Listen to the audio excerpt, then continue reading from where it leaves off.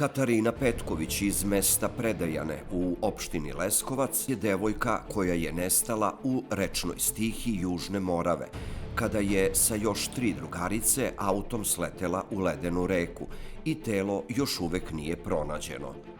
Potraga za telom nesrećne devojke traje već 3. dan.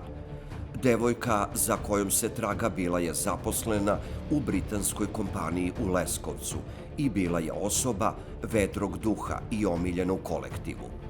Katarina je 18. decembra napunila 21 godinu i za njenu majku ovo je veliki šok, s obzirom da se nije oporavila od gubitka 2 brata, koje je usmrtio voz.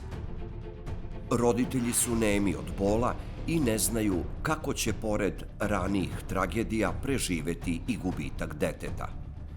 Da podsjetimo, 4 devojke su u subotu 29. januara 2022. godine oko 4 sata ujutru sletele autom u Južnu Moravu.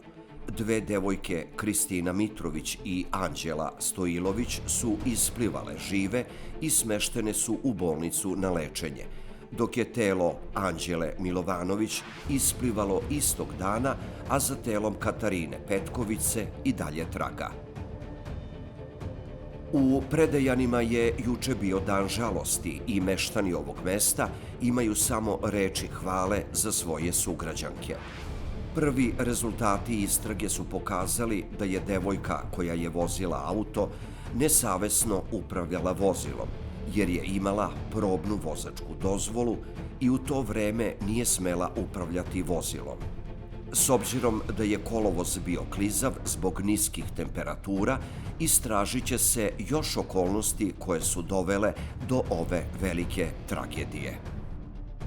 Pratite naš kanal i playlistu Crne priče iz zemlje i regiona.